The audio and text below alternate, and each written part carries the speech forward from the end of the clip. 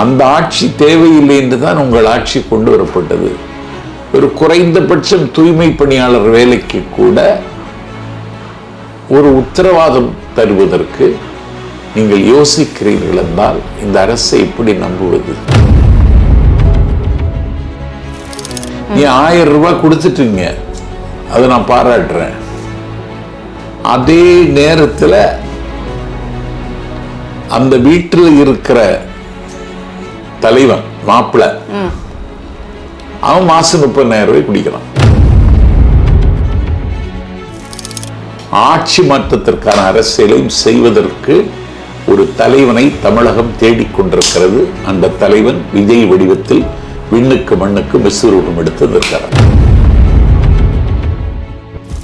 கூட்டம் கூடுனா மட்டுமே ஆட்சியை பிடிச்சிட முடியுமா சார்? நீங்க இத்தனை வருஷம் டிராவல் பண்ணிட்டு இருக்கீங்க, நீங்க பார்க்காத கூட்டமா? நீங்க கூட்டின கூட்டம் எல்லாமே ஜெயிச்சிருச்சா கட்சியில? நல்ல கேள்வி. இந்த கூட்டம் ஓட்டாக மாறுமான்னு கேக்குறீங்க. நாஞ்சில் சம்பத் உங்களுக்கு சொல்றேன், ஓட்டாக மட்டுமல்ல வேட்டாக மாறும்.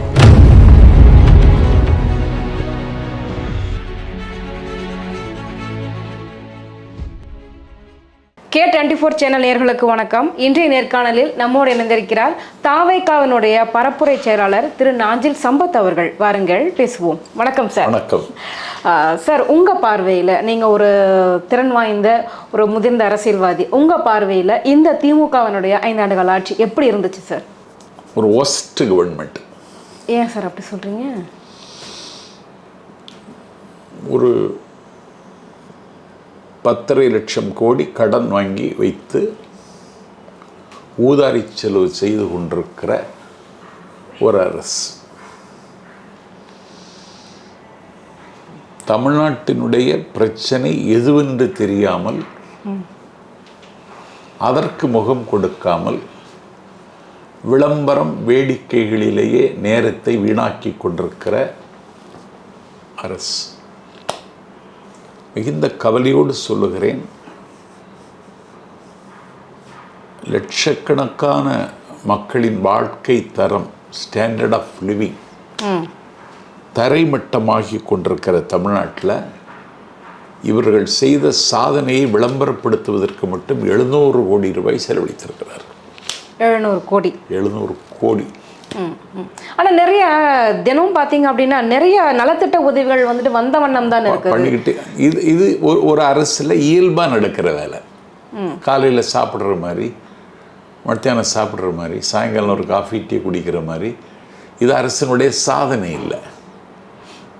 கேட்டிங்களா? அச்சீவ்மெண்ட்டுன்னா தலைகீழ் மாற்றத்தை உருவாக்குறது தான் அச்சீவ்மெண்ட்டு. அது அப்படியெல்லாம் இங்கே எதுவுமே நடக்கலை. சார், ஜிடிபி வந்துட்டு ஒரு 11 பாயிண்ட் வந்து இல்லை, கட்டிடத்தை தொடங்கி வைக்கிறது, கேட்டை திறக்கிறது, இதெல்லாம் சாதனையில் வராது. இதெல்லாம் இயல்பாக நடக்கிற வேலை. ரோடு போடுறது, பூங்கா திறக்கிறது, பூங்காய்க்கு ஆள், இதெல்லாம் சாதனையில் தரும். சாதனைன்னா மக்கள் வந்து மகிழ்ச்சி அடையணும், மனநிறைவு கொள்ளணும். இவங்க இப்போ ஒரு விளம்பரம் மட்டுமே பண்ணிட்டு இருக்காங்க. ஒரு கரை காண முடியாத, கணக்கிட முடியாத ஊழல். எல்லா துறையிலும் ஊழல் இன்றைக்கு துறந்து கிடக்கிறது. கோட்டைக்கு நீங்கள் சென்றால் எந்த அமைச்சரையும் சந்திக்க முடியாது. அமைச்சர்கள் கோட்டைக்கே வருவதில்லை. தொகுதியில் வேலையா இருப்பாங்களோ? அமைச்சர்களை சந்திக்கணும்னா அவர்கள் இருக்கிற இடம் தேடி போகணும், கோட்டைக்கு தான் போகணும். ஆனால் எந்த அமைச்சரும் இருக்கிறது இல்லை. ஒரு துப்புரவு பணியாளர்கள், தூய்மை பணியாளர்கள் உரிமைக்காக போராடுகிறார்கள். இந்த ஒப்பந்த தொழிலாளர்களாக எத்தனை நாள் நாங்கள் இருப்பது? எங்களை நிரந்தரமாக்குங்கள், மாநகராட்சி ஊழியராக்குங்கள் என்று கேட்கிறார்கள். அவர்களை சந்திக்க முதலமைச்சர் தயாராக இல்லை. அதில் ஒருவர் இறந்துட்டார் அந்த போராட்டத்தில். முதலமைச்சர் இறங்கவில்லை. இது அதிமுக ஆட்சி காலத்தில் எடுத்த முடிவு. அப்படி எடப்பாடியின் முதுகுக்கு பின்னால் மறைந்து கொள்கிறார்கள். அந்த ஆட்சி தேவையில்லை என்று தான் உங்கள் ஆட்சி கொண்டு வரப்பட்டது. ஒரு குறைந்தபட்சம் தூய்மை பணியாளர் வேலைக்கு கூட ஒரு உத்தரவாதம் தருவதற்கு நீங்கள் யோசிக்கிறீர்கள் என்றால் இந்த அரசை எப்படி நம்புவது? அவர்களுடைய சில அவங்க கூட நாங்கள் பேசிட்டோம், எங்களுக்கு சுமூக முடிவு வந்து எட்டப்பட்டுச்சு, நீதிமன்றம் தலையிட்டுச்சு, இந்த மாதிரி நிறைய அறிக்கைகள் வந்த வண்ணம் தானே இருக்குது. இன்னும் போராடி இது நம்ப முடியற மாதிரி இல்லையா உங்களுக்கு? இப்பவும் போராடிட்டு தான் இருக்காங்க. அது வந்து அவங்க திமுக தரப்புல இருந்து என்ன சொல்றாங்க அப்படின்னா, எதிர்கட்சிகள் வந்து தூண்டி விடுறாங்க, போராட்டக்காரர்களை தூண்டி விடுறாங்க. எதிர்கட்சிகளுக்கு வேலையே அதுதானே. அப்படி அது செய்தாதான் எதிர்கட்சி. திமுக அரசுக்கு அவப்பேரை ஏற்படுத்துவதற்காகவே வந்து எதிர்கட்சிகள் தூண்டி விடுறாங்க. அதனாலதான் அந்த போராட்டம். உங்களுக்கு அவப்பேர் நீங்க ஏற்படுத்தி நீங்க வச்சாச்சு. இப்ப தேர்தலும் தெருவுக்கு வந்தாச்சு. எந்த பிரச்சனையும் தேர்வு காணல. மக்கள் வந்து மிகுந்த கோபத்திலும் ஆத்திரத்திலும் இருக்கிறார்கள். கேட்டால் 1000 ரூபா கொடுத்தோம், நீ 1000 ரூபா கொடுத்துட்டீங்க, அதை நான் பாராட்டுறேன். அதே நேரத்தில் அந்த வீட்டில் இருக்கிற தலைவன் மாப்பிள்ளை அவன் மாதம் 30,000 ரூபாய் குடிக்கிறான். அந்த தங்கச்சி அழுதுட்டு இருக்கா. இப்படி லட்சக்கணக்கான பெண்களின் ஆற்றாமையும் கண்ணீரும் இந்த அரசாங்கத்தை காப்பாற்றாது. அல்லல் பட்டு ஆற்றாது எழுத கண்ணீர் அன்றே செல்வத்தை தேய்க்கும் படை. இது திருக்குறள். இந்த திருக்குறளை அண்ணன் ஸ்டாலின் மனசில் வச்சுக்கிடணும். அதுதான் நிலைமை இன்னைக்கு. இதில் இன்னொரு பக்கம் பார்த்தீங்க அப்படின்னா, இப்போ திமுக கூட்டணி ஒரு பக்கம் இருக்கட்டும், இந்த பக்கம் என்டிஏ கூட்டணி, அதிமுக பாஜக தலைமையிலான கூட்டணி. இந்த கூட்டணியை நம்புவதற்கு மக்கள் தயாராக இருக்காங்கன்னு நினைக்கிறீங்களா? ஒரு காலம் நம்ப மாட்டாங்க. ஏன்னா பிரதமர் கலந்து கொண்ட நிகழ்விலேயே அது அம்பலப்பட்டு போய்விட்டது. எடப்பாடி பழனிசாமி பேசுகிற பொழுது அதிமுக ஆட்சி அமைக்கும்னு பேசுறார் பிரதமர் நிகழ்ச்சியில். அதற்கு பிறகு பேசுகிற நாடாளும் பிரதமர் தேசிய ஜனநாயக கூட்டணி ஆட்சி அமையும் அப்படிங்கிறார். கூட்டணிக்கு ஒத்துக்கொள்ளுகிற மனநிலையில் எடப்பாடி பழனிசாமி இல்லை. ஆனால் கூட்டணி அமைக்காம ஒன்று ஆட்சி அமைக்க விடமாட்டோங்கிற மனநிலையில் பிஜேபி இருக்கு. ஒரே மேடையில் நாடாளும் பிரதமர் கலந்து கொள்கிற நிகழ்வில் கூட்டணிக்கு தலைமை தாங்குகிற எடப்பாடி பழனிசாமி அவமதிக்கப்பட்டார். சரி, கூட்டணி அதிமுக தலைமையில் கூட்டணின்னா அதை அறிவிக்க வேண்டியது யாரு? அதிமுக தலைவர் தான் அறிவிக்கணும், போஸ்டர் தான் அறிவிக்கணும். அறிவிக்கவே விடலை. ஸ்டார் ஹோட்டலில் மெட்ராஸில் ஐடிசியில் அறிவிக்கிறது அமித்ஷா. அறிவிப்பதற்காக வரிசையில் உட்கார்ந்துருக்கும் பொழுது பின்னால் பறக்கிற கொடி பிஜேபி கொடி, ஏடிஎம்கே கொடிக்கு இடம் இல்லை. சரி, ப்ரெஸ்ஸை சந்திக்கும் பொழுது நீங்காவது ப்ரெஸ்ஸை ஹேண்டில் பண்ணுங்கன்னு பெருந்தன்மையோட அமித்ஷா சொல்லியிருக்கலாம். ப்ரெஸ்ஸையும் அவரே சந்திக்கிறார் அமித்ஷா. அதனால் அது எண்ணெயும் தண்ணீருமாக இருக்கிறார்கள். எண்ணெயும் தண்ணீருமாக. இப்போ வந்து பார்த்தீங்க அப்படின்னா, தமிழகத்தை பொறுத்த வரைக்கும் வந்துட்டு அதிமுக திமுக அப்படியே பார்த்தே மக்கள் பழகிட்டாங்க, ரெண்டு திராவிட கட்சிகளும். மூன்றாவது அணி அப்படிங்கிறது வந்துட்டு பெருமளவில் இங்கே எடுபடுமா அப்படிங்கிறது கேள்விக்குறியாக தானே இருக்கு. அதுக்கு உங்கள் பதில் என்னவாக இருக்கும்? தளபதி விஜயினுடைய தலைமையில் இருக்கிற தாவேக்கா மூன்றாவது அணி அல்ல, முக்கிய அணி, முதல் அணி. இதுதான் இன்னைக்கு அல்டர்னேட்டிவ் ஃபோர்ஸ்.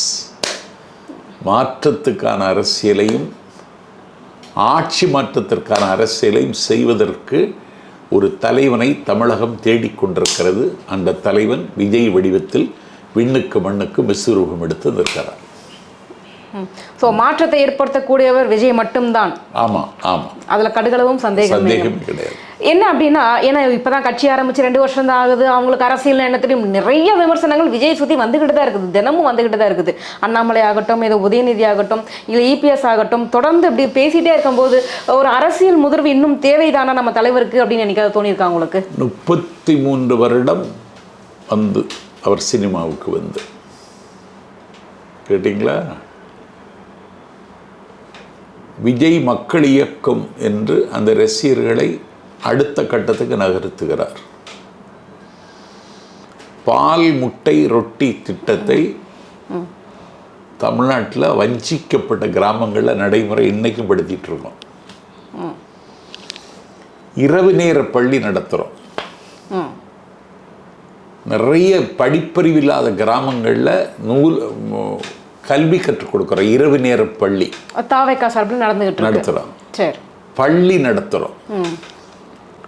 இதை தாண்டி தமிழ்நாட்டில் +2 முதல் மதிப்பெண் பெற்ற ஒரு ஏழை மாணவி, திருநெல்வேலியை சார்ந்தவள், மாண்புமிகு முதலமைச்சர் அண்ணன் ஸ்டாலினை சந்திப்பதற்கு வந்தாள்.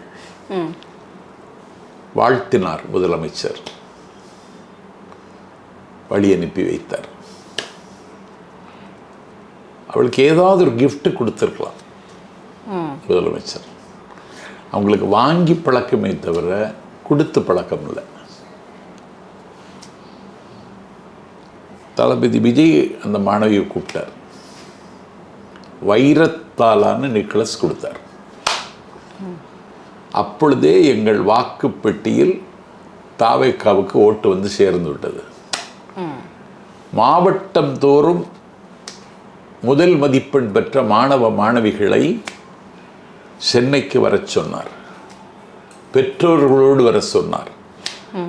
அந்த பெற்றோர்களோடு காலையில் 10 மணியிலிருந்து இரவு 10 மணி வரைக்கும் புகைப்படம் எடுத்தார். அவர்களோடு உட்கார்ந்து சாப்பிட்டார். வெற்றி பெற்ற மாணவர்களுக்கு தங்கத்தாலான கணையாளியும் வெற்றி பெற்ற மாணவிகளுக்கு தங்கத்தாலான தோடு கொடுத்தார். ஸோ வீட்டுக்கு ஒரு ஓட்டு இருக்குது எங்களுக்கு. வீட்டுக்கு ஒரு ஓட்டு இல்லை தங்கச்சி, வீட்டுக்கு 2 ஓட்டு வந்துட்டு இருப்போம். ஸோ இந்த மெஜாரிட்டிலேயே விஜய் ஜெயிச்சிருவாருன்னு சொல்கிறீங்க. ஆமாம் ஆமாம். ஓகே சார், இந்த பக்கம் பார்த்தீங்க அப்படின்னா இந்த கூட்டணியை பொறுத்த வரைக்கும் திமுக கூட்டணி நாங்கள் ரொம்ப ஸ்ட்ராங்காக இருக்கும். இந்த பக்கம் எங்ககிட்ட காங்கிரஸ் இருக்காங்க, விசிக இருக்காங்க, கம்யூனிஸ்ட் கட்சிகள் இருக்காங்க, இன்னும் 2-3 கட்சிகள் பேசிக்கிட்டு இருக்காங்க, எங்கள் கூட நாங்கள் ரொம்ப ஸ்ட்ராங்காக இருக்கும் அப்படின்னு சொல்கிறாங்க. இந்த பக்கம் என்டிஏ கூட்டணியும் ரொம்ப ஸ்ட்ராங்காக இருக்குதுன்றாங்க. ஸோ இந்த தேர்தல் எவ்வளவு ரொம்ப டஃப்பாக இருக்க போது தாவேக்காவுக்கு? இது ஒரு அசாதாரணமான தேர்தல் தான். தேர்தலில் எங்களுக்கு அறைகூவல் இருக்குங்கிறது உண்மை. ஆனால் இதை எளிதில் கடந்து விடுவோம்.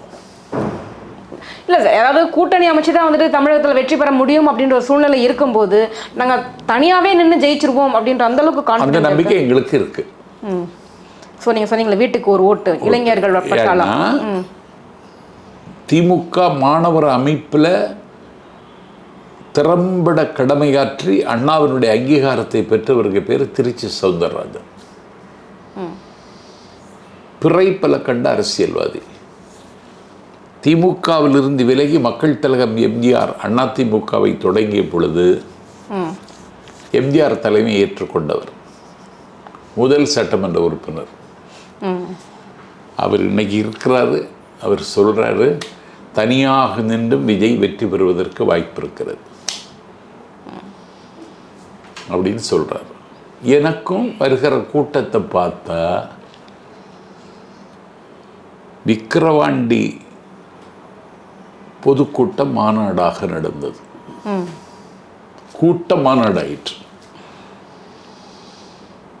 விஜய் அதற்கு பிறகு மதுரையில் மாநாடு, பகல்ல கணக்கிட முடியாத, கட்டுக்கடங்காத, கரை கடந்த உணர்ச்சியோடு கூடிய கூட்டம்.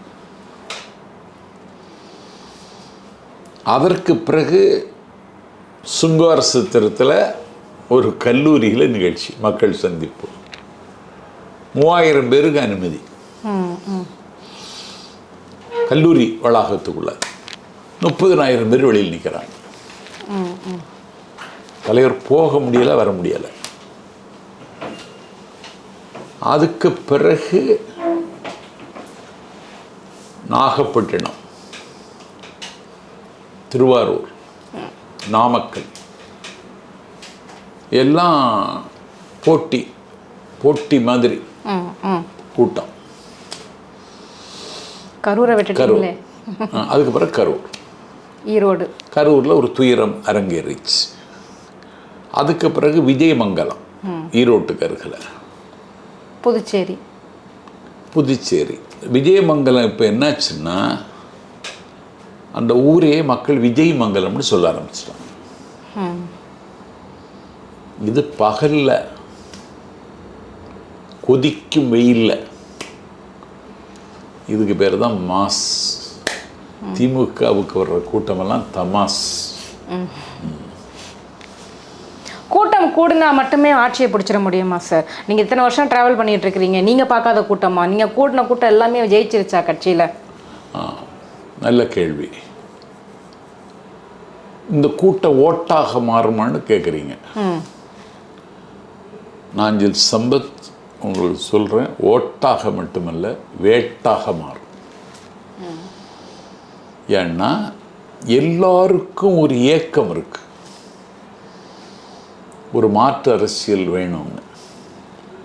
அதை தருவதற்கு வந்த தலைவன் அண்ணன் வைகோ. அவர் கட்சியை காணல. இப்போ அவர் திருச்சியிலேருந்து மதுரை வரைக்கும் தேடுறார், காணல. அந்த மாற்றத்தை தர வந்த தலைவன் கபில்சலம் கருப்பையா மூப்பனார். அவருக்கு பையன் ஜி.கே. வாசன் குறைந்த விலைக்கு கட்சியை வித்துட்டான். யார்கிட்ட? பிஜேபிகிட்ட. அந்த மாற்றத்தை தர வந்த தலைவர் விளிம்பு நிலை மக்களின் நம்பிக்கை பெற்ற கேப்டன் விஜயகாந்த். ஒரே நேரத்தில் 2 கட்சிகிட்ட பேசிட்டு இருக்காங்க. கேவலமான அரசியல் இது. அந்த மாற்றத்தை தர வந்த தலைவர் உலக நாயகன் கமலஹாசன். தொலைக்காட்சி பெட்டியை உடைச்சிட்டார் திமுக மேலுள்ள ஆத்திரத்தை. இப்போது அறிவாலயத்தினுடைய தாழ்வாரத்தில் ஒண்ட இடம் கிடைக்குமான்னு தேடிட்டு இருக்கார். இந்த மாற்றத்தை தர வந்தவன் சிங்கத்தமிழன் சீமா. மேதகு தலைவர் பிரபாகரனை எனக்கு தெரியும், நான் அவரோடு உட்கார்ந்து ஆமைக்கறி சாப்பிட்டேன்னு சொல்லி ஒரு விளம்பரம் செய்த காலிப்பயல். தந்தை பெரியாரையும் அண்ணாவையும் கொச்சைப்படுத்தியவன். யாரையோ வகுப்புவாத ஓநாய்களுக்காக குறைத்த நாய் இந்த நாய். எல்லாரும் இன்னைக்கு அம்மனமாகி போனாங்க. இந்த அரசியல் சூழல்ல இங்க தமிழ்நாட்டில் அப்படி ஒரு அரசியல் செய்ய முடியுமான்னா, எனக்கு தெரிந்து உங்கள்கிட்ட பதிவு செய்கிறேன், ஒரே நேரத்தில் 2 வல்லாதிக்க அரசுகளை கேள்வி கேட்கிற, எதிர்த்து போராடுகிற வல்லமை உள்ள ஒரே தலைவர் இந்தியன் பாலிடிக்ஸில் எங்க விஜய் மட்டும்தான். இப்போ நீங்கள் இவ்வளோ பேர் நீங்கள் சொன்னீங்க, இவங்க எல்லாமே வந்து திமுகவை எதிர்த்தவர்கள். திமுகவை எதிர்த்தவர்கள் காணாமல் போய்விட்டார்கள் அப்படின்னு திமுக காரங்களை ரொம்ப சந்தோஷமாக சொல்லிக்கிட்டு இருக்காங்க. அப்போ விஜய் அவர்களும் வந்து திமுகவை இவ்வளோ வேகமாக எதிர்த்துக்கிட்டு இருக்கிறாரு. இப்போ விஜய் அவர்கள் இந்த தேர்தலுக்கு அப்புறம் திமுகவை எதிர்த்தவர்கள் எல்லாம் காணாம போகல, திமுகவிலே சரண்டர் ஆயிட்டாங்க. ஆமா. இப்போ இவருமே தீய சக்தி திமுக தானே சொல்லிக்கிட்டு இருக்காரு. ஆமா, அது அவர் கூர்மையாக எதிர்க்கிறார். இந்த எதிர்ப்பு அவங்க செய்யல. கேட்டீங்களா? எங்கள் தலைவர் திமுகவைத்தான் அடிச்சு நொறுக்கணும்னு முடிவெடுத்து பயணத்தில் இன்னைக்கு பெரிய பாதிப்பை உருவாக்கிட்டார். திமுக அதிர்ச்சியில் உறைந்து கிடக்கிறது. உங்கள் கண்ணுக்கு திமுக செய்யற ஊழல் மட்டும்தான் தெரியுதா? ஏன் அதிமுக செஞ்ச ஊழல் எதுவுமே கண்ணுக்கே தெரிய மாட்டேங்குது? தெரியுது, அதுவும் தெரியுது. அதுதான் அதிமுக சேர்த்து தான் அடிக்கிறோம். தீய சக்தி திமுகன்னு சொன்னீங்களே, அதிமுக ஏதாவது பேர் வைக்க வேண்டியதானே? இல்லை, அதிமுக நாங்கள் கண்டுக்கிடல, ஏன்னா அது களத்தில் இல்லை.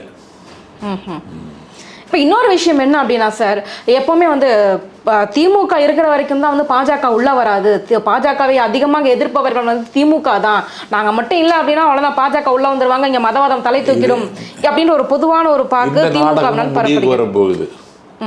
சீனாவோடான எல்லை பாதுகாப்பு விஷயத்தில் மோடி அரசு துரோகம் செய்திருக்கிறதுன்னு ராகுல் காந்தி ராணுவ தளபதி எழுதின புத்தகத்தை எடுத்து வச்சு பார்லிமெண்ட்ல பேசுறார். திமுக எங்க போச்சு? 8 பேர் கூட்டத்தொடர் முடிகிற வரைக்கும் பார்லிமெண்ட்ல வரப்படாதுன்னு சொன்னாங்க. இதுல எங்கே போச்சு திமுக? இன்னைக்கு ராகுல் காந்தியினுடைய சக்தி ஆவேசத்தோடு அவர் பேசுகிற பேச்சை எதிர்கொள்ள முடியாமல் உள்துறை அமைச்சர் அமித்ஷாவும் மோடியும் சபையிலேயே இல்லை. இதுல ஏன் திமுக கலந்துகிடல? ஆகவே திமுகவுக்கும் பிஜேபிக்கும் கள்ள உறவுன்னு எங்க தலைவர் சொன்னார்ல, அந்த உறவு மெயின்டைன் பண்ணிட்டு இருக்காங்க. அப்ப இதே மாதிரி இன்னொரு கேள்வியும் எங்களுக்கு ஒண்ணு இருக்குது. என்ன அப்படின்னா, சிஎம் சார் அப்படின்னு சொல்லி பேசினாரு, ஏன் இவருக்கு இவ்வளவு அழுத்தம் கொடுக்கப்படுது? ஆமா, எனக்கு அழுத்தம் கொடுக்கப்படுதுன்னு பகிரங்கமா விஜய் அவர்கள் மேடையில சொல்றாங்க. ஏன் மோடி சார்னு சொல்ல மாட்டேங்கிறாருன்னு கேக்குறாங்க. என்ன பதிலாக இருக்கும்? மோடி சார்னு சொன்னாரு. விஜயமங்கலம் கூட்டத்தை நீங்க பாத்தீங்களா? அரசியல் எதிரி அப்படின்னு சொன்னாரு. திமுக அரசியல் எதிரி திமுக அவர் சொன்னாரு. மக்கள் என்ன செய்தாங்க? திமுகன்னு ஒரே நேரத்தில் கடலும் திடலும் அதிர சொன்னாங்க. அடுத்து சொன்னாரு கொள்கை எதிரி அப்படின்னாரு. பிஜேபின்னு அதே மக்கள் சொன்னாங்க. நாங்க மக்கள்கிட்ட இருந்தே அரசியலை தொடங்குறோம். மக்கள் மனசுல வந்து நீங்க பதிய வச்சிட்டோம். திமுக வெர்சஸ் தாவேகா என்பதில் உறுதியாக இருக்கிறது. இங்க பாருங்க, தாவேகாவினுடைய பிரச்சார செயலாளர்னா பரப்புரை செயலாளர், கேம்பெயின் செக்ரட்டரி. மக்களால் தேர்ந்தெடுக்கப்பட்ட பிரதிநிதிகளின் பேச்சுரிமையை நசுக்கும் நாடாளுமன்றத்தின் நடவடிக்கை அதிர்ச்சி அளிக்கிறது. தமிழகத்தை சார்ந்த மதுரை மண்ணின் மைந்தன் எழுத்தாளுமை சு வெங்கடேசன் உட்பட பிற நாடாளுமன்ற உறுப்பினர்களின் இடைநீக்கம் ஜனநாயகத்திற்கு எதிரானது. நாங்க கண்டுக்கிடாம இருக்கோமா? விஜய் பேசலன்னு சொல்லுவாங்க. விஜய் தான் எல்லாத்தையும் பேசணும்னு கிடையாது. எங்க கட்சியில பரந்துபட்ட ஜனநாயகம். நான் பதில் சொல்லியிருக்கேன். நேற்றுக்கு நிர்மல்குமார் பதில் சொல்லியிருக்கார். முந்தா நாள் ராஜகோமன் பதில் சொல்லியிருக்கார். அதுக்கு முந்தின நாள் ஆதவ் பேசியிருக்கார். நாங்கள் மக்களோட இருக்கிறோம், மக்களுடைய பிரச்சனை பேசணும். இப்போ வந்து நாங்கள் எல்லாமே விஜய் மட்டும்தான் ஃபோக்கஸ் பண்ணுறோம். விஜய் எப்போ வந்து களத்தில் பேசுவார்? விஜய் எப்போ பத்திரிகையாளர்களை சந்திப்பார்? விஜய் எப்போ மக்களோடு மக்களாக இணைந்து நிற்க போகிறார்? ஏன்னா போராட்ட களத்தில் நின்னாதானே அவர் பெரிய அரசியல் தலைவராக உருவெடுக்க முடியும் சார். பாருங்க, அவருக்கு பாதுகாப்பு ரொம்ப முக்கியம். தளபதி விஜயை கேட்டார், நாமக்கல்லில், திருவாரூரில், நாகப்பட்டினத்தில், சுங்குவார் சத்திரத்தில் வராத ஆபத்து விக்கிரவாண்டியில், மதுரையில் வராத ஆபத்து கரூரில் ஏன் வந்ததுன்னு கேட்டார். பதில் சொன்னாங்களா இது வரைக்கும்? அப்போ கரூரில் என்ன நடந்தது? சிபிஐ என்கொயரியில் வெளிச்சத்துக்கு வரும். கேட்டிங்களா? அதனால் அவருடைய பாதுகாப்பு முக்கியம். எந்த விலையும் செய்யும் திமுக. ஜிஎஸ்டி ரோட்ல பிரச்சாரத்தை முடித்துட்டு ஜெயலலிதாவும் சசிகலாவும் வர்றாங்க. ஒரு லாரி மோதுது. உங்களுக்கு தெரியாது, உங்களுக்கு வயசு கம்மி. லாரி மோதிச்சு, அடிபட்டுருது. இன்னைக்கும் சசிகலா அம்மா இப்படி தொடச்சிட்டே இருப்பாங்க. அன்னைக்கு வாங்கின அடி. அன்னைக்கு ஜெயலலிதாவுக்கு ஆபத்து, உயிருக்கு ஆபத்து விளைவிக்கிற நடவடிக்கை செய்தாங்க. அது செய்ய அவங்க தயங்க மாட்டாங்க.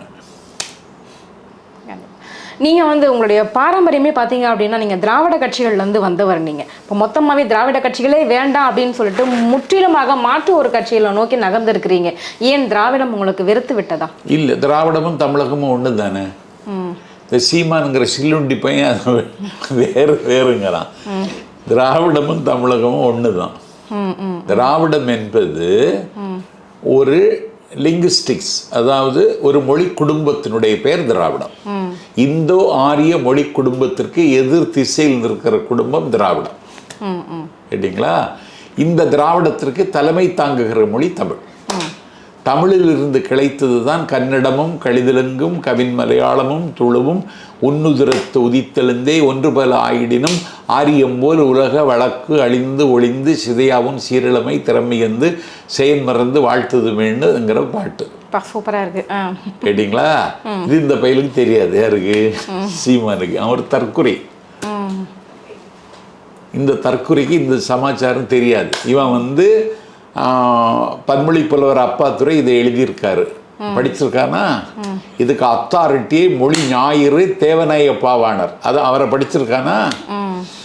இதற்கு அத்தாரிட்டியே த கால்டுவெல், த கம்பேரிட்டிவ் கிராமர் திராவிட ஒப்பிலக்கணம் தந்த பிஷப் கால்டுவெல், அதை அவன் படிச்சிருக்கானா? இதற்கு அத்தாரிட்டியே மனோன்மணியம் சுந்தரம் பிள்ளை படிச்சிருக்கானா? மனோன்மணியம் சுந்தரம் பிள்ளை கேரளாவில் இருக்கும் பொழுது சுவாமி விவேகானந்தர் வந்து சந்திக்கிறார். யார? மனோன்மணியம் சுந்தரம் பிள்ளைகிட்ட. சுந்தரம் பிள்ளைகிட்ட விவேகானந்தர் கேட்கிறார், நீ என்ன கோத்திரம்னு. மனோன்மணியம் சுந்தரம் பிள்ளை சொன்னார், நான் திராவிட கோத்திரம்னு. கனகதாரா ஸ்தோத்திரம், லலிதா சகஸ்ரநாமம், பஜகோவிந்தம், விஷ்ணு சகஸ்ரநாமம் போன்ற பெரிய சுப்பிரமணிய புஜங்கம், கனகதாரா ஸ்தோத்திரம் எல்லாம் தந்த ஆதிசங்கர்கிட்ட 400 இடங்கள்ல தமிழை பதிவு செய்து திருஞான சம்பந்தரை பற்றி அவர் சொல்லும் பொழுது திராவிட சிசுனர். இது சீமானுக்கு தெரியுமா? அவனுக்கு விஜயலட்சுமி தெரிஞ்ச அளவுக்கு விவரம் தெரியல. இப்ப நீங்க சொன்ன எல்லா விஷயமும் விஜய் ஐயா அவர்களுக்கு தெரியுமா? தெரியும். தெரிஞ்சிருக்கா? தெரியும், கண்டிப்பாக. இதெல்லாம் பேசணும், நாங்களாம் ரொம்ப ஆர்வமாக எதிர்பார்த்துக்கிட்டு இருக்கோம். மேடையில் இதெல்லாம் கண்டிப்பாக விஜய் அவர்கள் பேசணும் அப்படின்னு வருங்காலங்களில் நாங்கள் எதிர்ப்போம். அதே மாதிரி சார், நீங்கள் கலைஞர் ஐயா கூடவும் ட்ராவல் பண்ணியிருக்கீங்க, ஜெயலலிதா அம்மா கூடவும் ட்ராவல் பண்ணியிருவீங்க, வைகோ ஐயா அவர்கள் கூட. இவங்க எல்லாமே பார்த்தீங்க அப்படின்னா மேடையில் பயங்கரமாக பேசுவாங்க, கொள்கைக்காக பயங்கரமாக இது பண்ணுவாங்க, போராட்டம் அப்படி வந்துட்டு ரொம்ப விகரசாக பண்ணுவாங்க. அவ்வளோ ஒரு போராட்ட காலத்தை பார்த்துட்டு இங்கே ஒரு மென்மையான போக்கை கடைபிடிக்கக்கூடிய கட்சியில் இருப்பது எந்த மாதிரியான ஒரு வித்தியாசத்தை நீங்கள் உணர்றீங்க? இல்லை, அது காலத்துக்கு காலம் அரசியல் மாறும். கேட்டிங்களா? ஒலிபெருக்கி இல்லாமல் பேசிய காலங்கள் உண்டு. ஒலிபெருக்கி இருக்காது, உரத்த குரல் எடுத்து பேசணும். தாக்குதலை தாங்கி கொண்டு பேசிய காலங்கள் உண்டு. மன்னார்குடியில் பட்டுக்கோட்டை அழகிரிசாமி பேசுறார், காங்கிரஸ் கட்சியை சார்ந்தவர்கள் கல்லால் எறிகிறார்கள். எறிகிற கல்லை வாங்குகிறார், பிடிக்கிறார் மேடையில் நின்றுட்டே. ஓ, எரிஞ்சுதான் கேட்பீங்களா? அப்ப நான் எரிஞ்சே பேசுறேன்னு அந்த கல்லை எடுத்து அவர் எறிகிறார். அது ஒரு காலம். அண்ணாவினுடைய பேச்சை கேட்ட காலம், மக்கள் தலை எம்ஜிஆருக்காக காத்திருந்த காலம், கலைஞர் பேச்சை ருசிச்ச காலம், அண்ணன் வைகோவினுடைய எமோஷனல் பேச்சை கேட்டு ரசிச்ச காலம். பேட்டர்ன் மாறுது, தலைமுறை மாறுது, ஒரு ஒரு ஒரு ஒரு கலாச்சாரமே மாறுவது மாதிரி இன்னைக்கு வந்திருக்கு. எங்கள் தலைவர் 5 மினிட் பேசுனா 50 லட்சம் மக்களுக்கு போயிடுது. கேட்டீங்களா? முதலமைச்சர் பேசுறார், எங்க தலைவர் பேசுறார். எங்க தலைவர் பேசி கொண்டிருக்கும் பொழுதே 11,000 பேர் பார்த்துட்டாங்க. முதலமைச்சர் பேசுகிறார், 81 பேர் பார்த்தாங்க. அதனால அதெல்லாம் தேவையில்லை இன்னைக்கு. ஸோ வியூஸ் கணக்கு தான் முக்கியம் பார்க்குறேங்க. யூடியூப்ல வர வியூஸ் கணக்கு தான் முக்கியமாக அதான் சொல்கிறேன். பார்த்துட்டாங்க, இதை பார்க்கல. திமுக கிளவி பெத்த வீடு மாதிரி ஆயிடுச்சு. என்ன சொன்னீங்க? கிளவி பெத்த வீடு. கிளவி பெத்த வீடு. ஓகே, இந்த கொஸ்டின் உங்ககிட்ட கண்டிப்பாக நான் கேட்டே ஆகணும். ஏன்னா தாவைக்கால வந்துட்டு நிறைய உட்கட்சி பூசல் இருக்குது அப்படின்ற மாதிரி சொல்லிட்டு இருக்காங்க. ஸோ உங்களுக்கு அங்கே எந்த அளவுக்கு ஒரு முக்கியத்துவம் தரப்படுது சார் தாவை? நான் ஒன்றுமே எதிர்பார்க்கல தங்கச்சி. எனக்கு திமுக வந்து வெளியே வந்துட்டேன்னா ஆதரவு நிலைப்பாட்டில் இருந்து வெறுத்தாங்க, வெளியேறினேன். விருந்தாளியாக கொண்டாடினாங்க, இவங்ககிட்ட சேர்ந்துட்டேன். இன்னைக்கு எனக்கு என்ன மகிழ்ச்சின்னா 1 கோடி இளைஞர்கள் இருக்காங்க தாவைக்கால. இவங்களுக்கு மத்தியில் நான் பெரியாரை பற்றி பேச போகிறேன். இவங்க மத்தியில் பாபா சாஹிப் அம்பேத்கரை பற்றி பேச போகிறேன். இவங்க மத்தியில் கர்ம வீரர் காமராஜரை பற்றி பேச போகிறேன். இவங்க மத்தியில் அஞ்சலி அம்மாவை பேச போகிறேன். இவங்க மத்தியில் ராணி வேலுநாச்சியாரை பேச போகிறேன். பூத்து வருகிற ஒரு புதிய தலைமுறைக்கு கூட நான் மிங்கிள் ஆகிட்டேன். ஜென்சி தலைமுறை எனக்கு ஏற்றவர்களாக மாறிவிட்டார்கள். எனக்கு இதுதான். ஓ, ஜென்சி வந்து உங்களை குருவா ஏற்றுக்க போகிறாங்க. ஏற்றுக்கிட்டாங்க. ஓகே, நீங்கள் எத்தனை வருஷமா அரசியலில் ட்ராவல் பண்ணுறீங்க? நமக்கு இன்னும் ஒரு பொறுப்பு வரல, ஒரு எம்எல்ஏ கூட ஆக முடியலையே. ஆசையே கிடையாது, தந்தாலும் வாங்க மாட்டேன். அப்புறம் பேச்சாளராகவே இருக்க போறீங்களா? பேச்சாளர் இல்லை, இயங்கிட்டே இருக்க போகிறேன். அப்புறம் நீங்கள் எப்போ இந்த பென்ஸ் கார்லாம் போகிறது? இப்படி விருப்பமே இல்லை. நான் இனிப்போ யூபர் புக் பண்ணணும், அண்ணா சாலைக்கு போகணும். ஸோ உங்களுடைய வாழ்க்கை முறை இப்படியே கொண்டு போக இப்படியே தான், எளிமை தான் அழகு. கண்டிப்பாக. நான் காந்தியை படித்து அழுதவன், பெரியாரை படித்து அழுதவன். பெரியார் 3rd கிளாஸில் தான் ட்ராவல் பண்ணுவார். இப்போ தான் 2nd கிளாஸ்ன்னு இருக்குது, ஃபஸ்ட் ஏசி 2nd ஏசின்னு இருக்குது. முன்னாடி 2nd கிளாஸ் 3rd கிளாஸ்ன்னு இருந்துச்சு. அப்போ ஏசி இல்லை. பெரியார் 3rd கிளாஸில் தான் பயணம் பண்ணுவார். இத்தனைக்கும் அவர் பெரிய பணக்காரர். காந்தி 3rd கிளாஸில் தான் பயணம் பண்ணுவார். பெரியார்கிட்ட கேட்டாங்க, நீங்கள் ஏன் 3rd கிளாஸில் பயணம் பண்ணுறீங்கன்னு. பெரியார் சொன்னார், அதுக்கு கீழே கிளாஸ் இல்லை, அதனால இதில் பயணம் பண்ணுறேன்னாரு. அது மாதிரி நான் 3rd கிளாஸ். இதில் இருக்கிறதுல மகிழ்ச்சி, இதில் இருக்கிற மன நிறைவு வேறு எதுலேயும் இல்லை. உங்களுக்கு இந்த மாதிரி பதவி கேட்டு நிராகரிக்கப்பட்டிருக்கீங்களா எங்கேயாவது நீங்கள்? இல்லை. என்ன தேர்தலில் நிற்கிறதுக்கு அண்ணன் வைகோ சொன்னார். சேப்பாக்கத்தில் கலைஞரை எதிர்த்து நிற்க சொன்னார், முடியாதுன்னு. அப்போ 1000 விளக்கில் ஸ்டாலினை எதிர்த்து நில்லுனார், முடியாதுன்னு. அப்படின்னா புரசை வக்கத்தில் ரங்கநாதனை எதிர்த்து நில்லுனார், முடியாதுன்னு. என்னங்க முடியாதுன்னு சொல்லிட்டு இருக்கேன். தேர்தலில் நிற்கணும்னு என்னை கம்பல் பண்ணால் உங்களோட இருக்கவும் முடியாதுன்னு வெளியே வந்தவன். திமுகவை விட்டு வெளியே வர்றதுக்கு ஏதாவது ஒரு காரணம் இருக்கா? இந்த பர்டிகுலர் ரீசன்னால தான் நான் வெளியே வந்தேன். ஏன்னா திமுகவில் வந்து பொதுவாக ஒரு குற்றம். திமுகவில் சேரலைன்னு தெரியுமா உங்களுக்கு? திமுகவை ஆதரித்து பேசினேன், திமுகவில் சேரலை. திமுகவில் என்ன செய்கிறாங்க, நீங்கள் ஒப்புக்கொண்டாலும் ஒப்புக்கொள்ளாட்டாலும் எல்லா கட்சியிலும் இருக்கிற பேச்சாளர்களை எல்லாம் கூட்டி கணக்கு போட்டு பார்த்தாலும் நம்பர் 1 ஆரேட்டர் தமிழ்நாட்டில் நாஞ்சில் சம்பத்து தான். என்ன அவங்க பயன்படுத்தலை. நல்லதோர் வீணை செய்தே அதை நலங்கட புழுதியில் எறிவதுண்டோ அப்படின்னு ஒரு பாட்டு, பாரதியார் பாட்டு. நான் ஒரு நல்லதோர் வீணை, இது அவன் இசைக்கவே மாட்டேங்கிறான், சும்மாவே வச்சிருக்கான். சரி, நல்லதொரு வீணை பயன்படுத்துவதற்கு எங்கள் தலைவன் ரெடியாக இருந்தான், வந்துட்டேன். கண்டிப்பாக. திமுகவை பொறுத்த வரைக்கும் குறை சொல்லும்போது வாரிசு அரசியலுங்கிறத ரொம்ப மையப்படுத்தி பேசுகிறாங்க. இப்போ சமீபத்தில் கூட ஸ்டாலின் கூட அதை பற்றி பேசினார். ஸோ உங்களை பொறுத்த வரைக்கும் வாரிசு அரசியல் அப்படிங்கிறத எப்படி பார்க்குறீங்க? வாரிசு அரசியல் தான் அந்த கட்சிக்கு பிடிச்சிருக்கிற நோயே. இப்போ உதயநிதி இருக்காமல, இப்போ அவனுக்கு பையனையும் கொண்டு வந்துட்டாங்க, தெரியுமா? அது பேர் தெரியுமா? இன்பநிதி. இன்பநிதி வழங்கும் பராசக்தி. பிஸ்னஸ் எடுத்து பண்றாரு. இன்பநிதி வழங்கும் பராசக்தி, உதயநிதி வழங்கும் அப்படின்னு தான் இருந்துச்சு நேற்றுக்கு. இப்போ இன்பநிதி வழங்கும் பராசக்தி. பூமிதானப்பட்டி, சேலம் மாவட்டத்தில் பூமிதானப்பட்டிங்கிற ஒரு ஊரில் திமுக செயலாளர், இளைய வயசு அந்த தம்பி, அவனுக்கு பேர் பூமிநாதன்.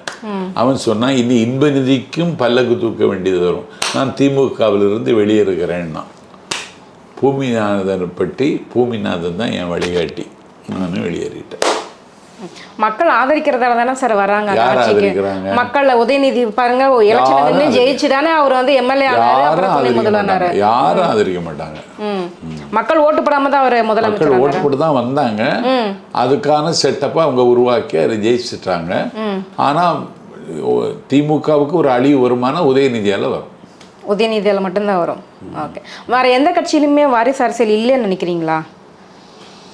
இருக்கு. ஏன்னா இது அப்படி இல்லை, இந்த குடும்பத்தை தவிர இன்னொருவர் அங்கே தலைமை தாங்க முடியாது. அதை விட தகுதி உள்ள குடும்பமெல்லாம் இருக்கு திமுகவில், அவங்களுக்கெல்லாம் அங்கே இடம் இல்லை. கண்டிப்பாக சார். எங்கள் கேள்விகளுக்கு ரொம்ப சிறப்பான பதில் சொன்னீங்க சார், ரொம்ப நன்றி. நன்றி. இது போன்ற செய்திகளை உடனுக்குடன் அறிய K24 தமிழ் நியூஸ் உடன் இணைந்திருங்கள்.